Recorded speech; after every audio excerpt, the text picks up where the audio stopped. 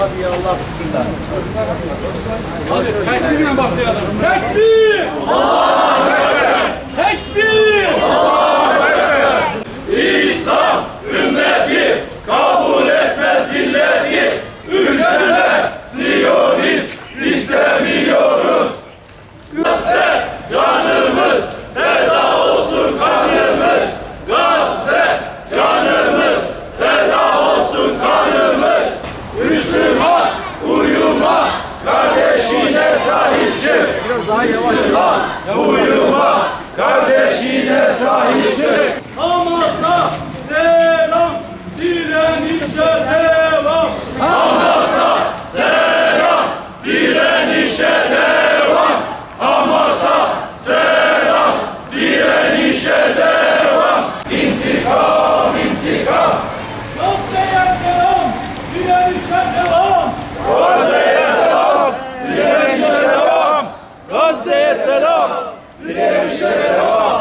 Nehirden denize özgür Filistin.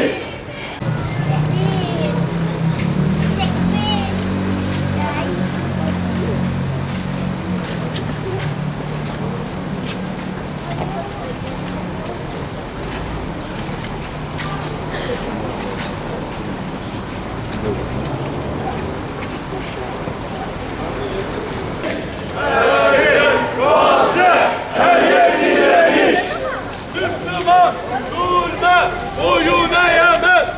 Müslüman zulme boyun eğemez.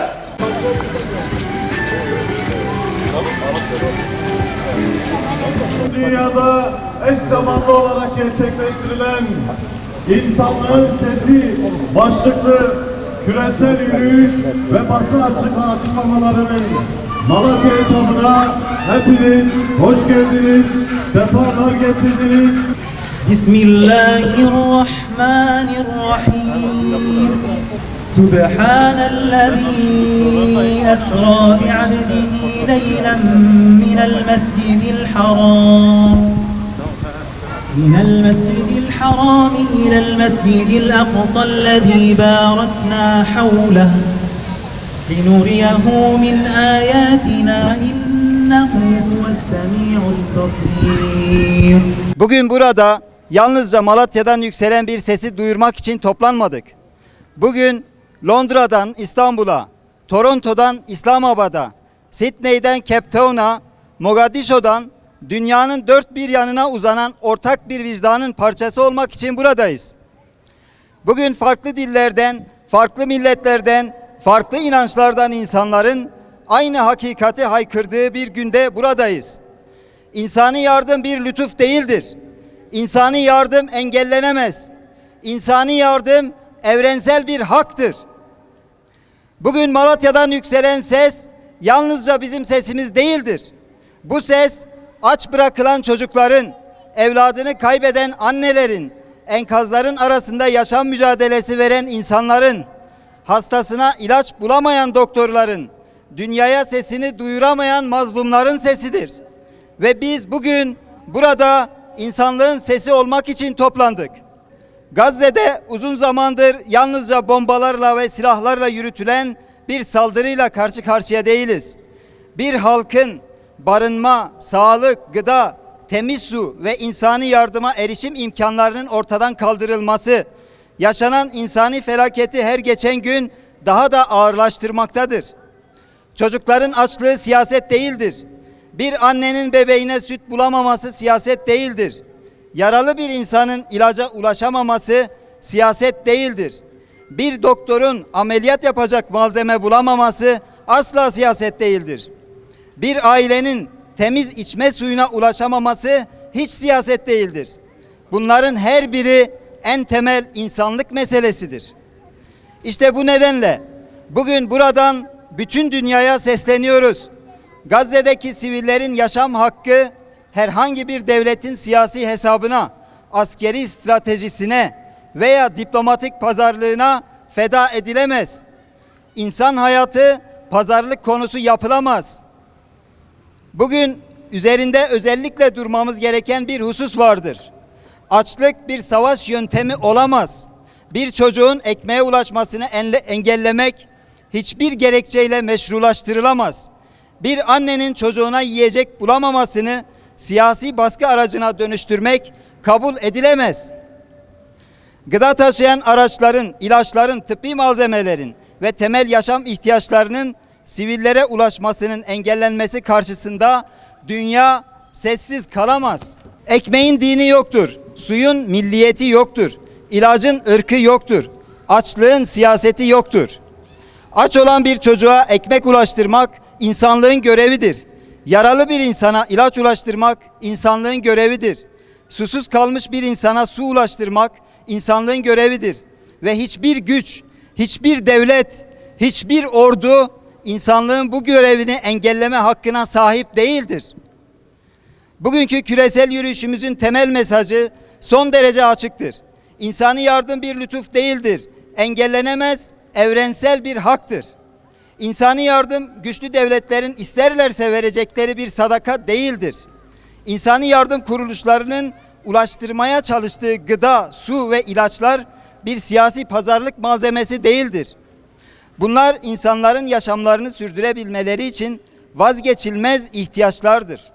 Bu sebeple insani yardımın sivillere güvenli, sürekli ve yeterli biçimde ulaştırılmasının önündeki bütün engeller kaldırılmalıdır.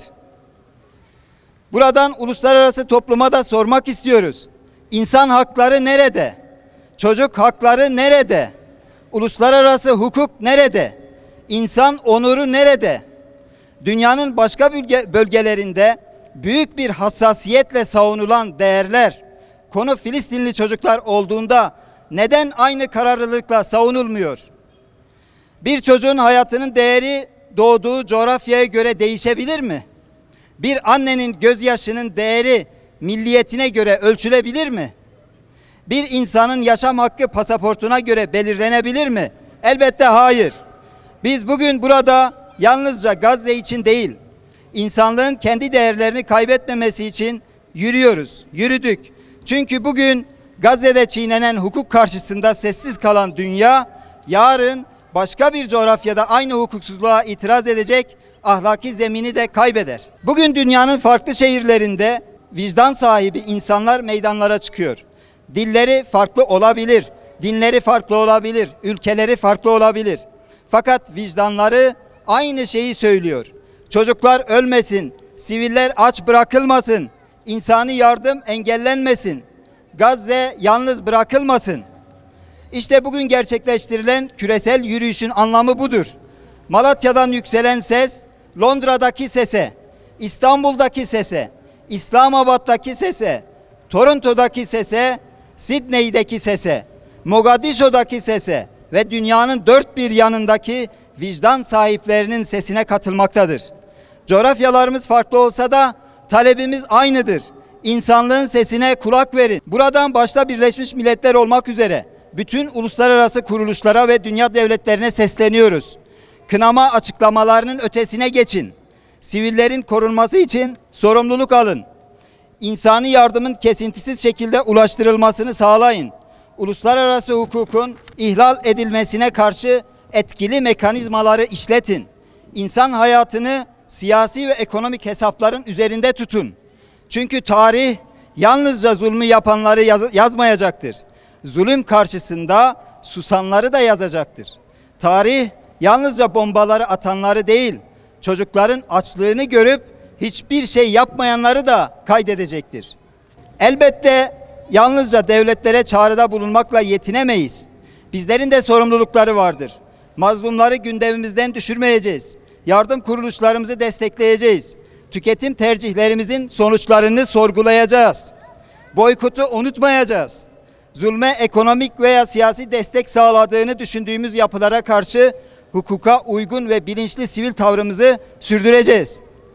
Çocuklarımıza Kudüs'ü, Gazze'yi ve mazlumların yanında durmanın ne anlama geldiğini anlatacağız. Sosyal medyada, sokakta, üniversitede, iş yerinde ve bulunduğumuz her ortamda hakikati dile getirmeye devam edeceğiz. Çünkü biliyoruz ki sessizlik zulmü görünmez kılar. Vicdanı ise sınır tanımaz. Bugün burada Malatya'da, Kernek'te dünyanın vicdanına sesleniyoruz. Ey insanlık! Gazze'nin çocuklarını gör. Aç bırakılan insanları gör. Evlerini, ailelerini, sevdiklerini kaybedenleri gör. Yardım bekleyen insanların feryadını duy. Ve hangi dine, hangi millete, hangi siyasi görüşe mensup olursa olsun, insan olduğun için ayağa kalk. Çünkü bugün mesele yalnızca Filistin değildir. Bugün mesele insanlıktır. Bugün mesele insanlığın zulüm karşısında susup susmayacağıdır. Bugün mesele dünyanın çocukların açlığına alışıp alışmayacağıdır. Biz alışmayacağız. Biz unutmayacağız. Biz susmayacağız. Buradan bütün dünyaya bir kez daha ilan ediyoruz. İnsani yardım suç değildir. İnsani yardım bir ayrıcalık değildir. İnsani yardım bir pazarlık aracı değildir. İnsani yardım bir lütuf hiç değildir. İnsani yardım engellenemez, evrensel bir haktır. Gazze'deki abluka ve insani yardımların önündeki engeller kaldırılmalıdır. Siviller korunmalıdır. Çocukların açlığı sona ermelidir. Gıda, su, ilaç ve sağlık hizmetlerine güvenli erişim sağlanmalıdır. Uluslararası hukuk herkese eşit şekilde uygulanmalıdır. Ve insanlığın ortak vicdanı siyasi hesapların üzerinde tutulmalıdır. Bugün Malatya'dan yükselen sesimizi dünyanın dört bir yanındaki vicdan sahiplerinin sesine katıyoruz. Londra duyana kadar, İstanbul duyana kadar, İslamabad duyana kadar, Toronto duyana kadar, Sydney duyana kadar, Mogadishu duyana kadar, Cape Town duyana kadar, bütün dünya duyana kadar haykırıyoruz. Gazze yalnız değildir. Çocuklar aç bırakılamaz, insani yardım engellenemez, zulüm karşısında susmayacağız. Filistin halkının yanında olmaya devam edeceğiz. İnsanlık ölmedi, vicdan teslim olmadı. Malatya susmayacak, dünya susmayacak. Sen de insanlığın sesine kulak ver. Hafız Muhammed Bera kardeşimize bu tilavetinden ötürü şükranlarımızı arz ediyoruz. Kıymetli misafirler,